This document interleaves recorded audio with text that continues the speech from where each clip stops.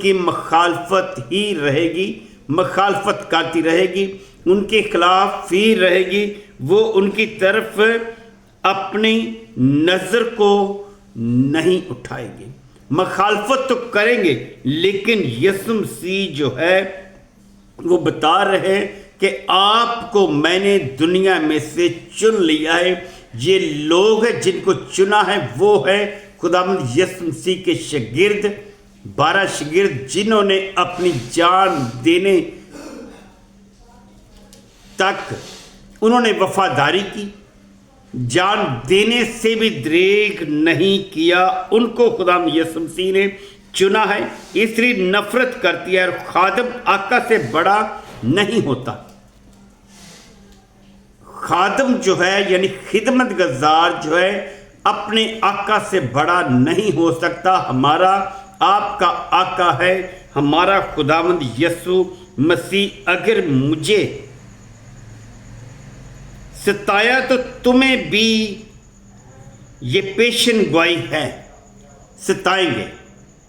خداوند یسوع مسیح بتا رہے ہیں اگر دنیا والوں نے مجھے ستایا ہے تو تمہیں بھی ستائیں گے۔ یہ خداوند یسوع مسیح کی زبان کی پیشن گوئی ہے۔ ہم ان کے ستانے سے بچ نہیں سکتے۔ مسیحی زندگی میں آنے والی مشکلات ہوئی، مسیحی زندگی میں جب ہم آتے ہیں تو ان مشکلات کی جیسے آج بھی بہت سارے ایماندار جو لوگ ہیں مذہبی آزادی کی کمی یا سماجی دباؤ کا سامنا کرنا پڑتا ہے۔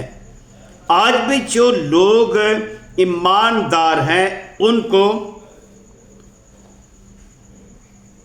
مذہبی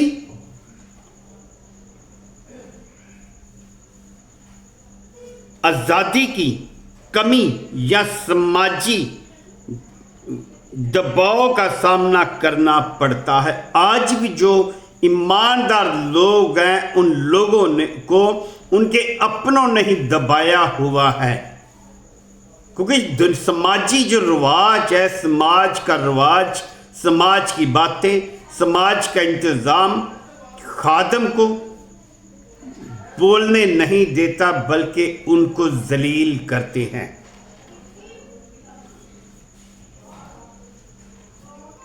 بائبل کا پیغام جو ہے یہ آیت آپ کے لیے ہے۔ بائبل کا پیغام جو ہے ہمیں یاد دلاتا ہے، بائبل کی جو آیتیں ہیں، بائبل مقدس کا یہ جو پیغام ہے ہمیں یاد دلاتا ہے، ڈرو مت، ڈرو مت، نفرت کا مقابلہ، نفرت کے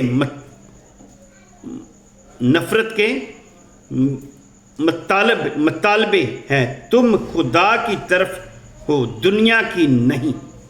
خدا کا کلام آپ کو بات کر رہا ہے، آپ سے بات کر رہا ہے، ڈرو مت، نفرت کا مطالبہ ہے۔ دنیا میں ہم لوگوں سے یعنی راست بازوں سے نفرت کا مطالبہ رکھا گیا ہے کہ ان لوگوں کی سننی نہیں۔ ان لوگوں کو ہم نے سماجی رسموں سے دبا کر رکھنا ہے۔ خدا کا کلام بتا رہا ہے تم خدا کی طرف ہو، دنیا کی نہیں۔ محبت جاری رکھو۔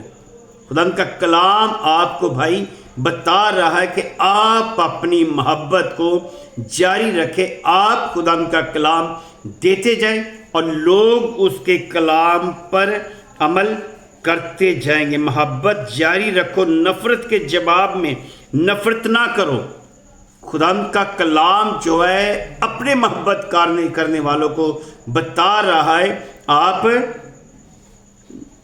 محبت کرو، نفرت نہ کرو۔